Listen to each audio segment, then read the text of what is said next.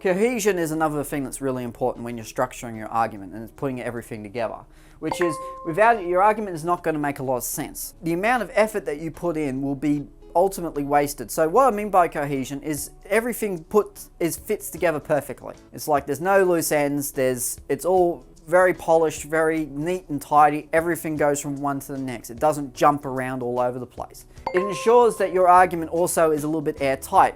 So particularly one of the problems if you jump around a bit is that often when that happens is that students will contradict things that they say, which means that they'll say one thing and then they'll say something else a little bit later on. If you do that, one of the problems is it weakens your argument. So if you keep it cohesive, as you keep it in one idea to next to next to next, and they sort of flow together naturally, almost seamlessly, then what you have is you have something which flows a lot better, reads a lot better, but also gets you a better mark. And you can write it as simply as you want. You don't have to overcomplicate it to make it cohesive. You don't have to use a great deal of expansive vocabulary or any sort of really profound ideas in order to make an essay cohesive. You just have to stick to the basics. Let's just go through the steps of basically what you need to do first.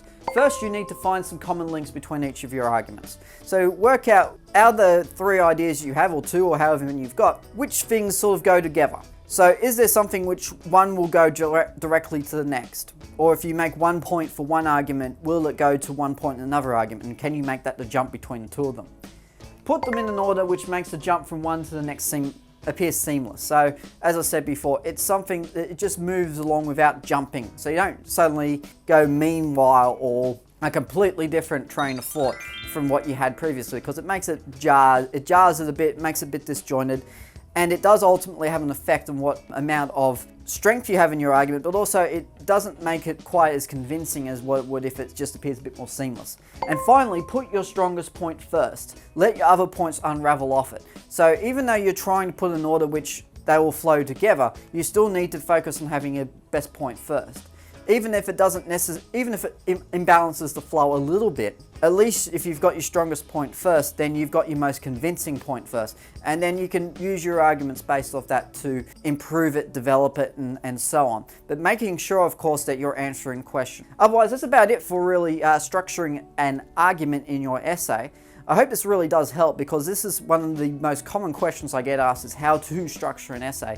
And particularly, it's one of those things that takes a long time to get right. So it takes a lot of practice and it takes a lot of thought and careful planning. Now, as I said before, the more you do it, the quicker it takes to do it. I can do it in about a minute or so. When I write an essay for something or other, whatever it is, I can do it in roughly about a minute. And that's just through practice and through knowing what to do. And the more you do that, the more easier it is to have a very quick plan in your head to be able to work out what all the things are going to go into and then put it all together like that. But that's it. There's nothing else to tell. I will see you next time.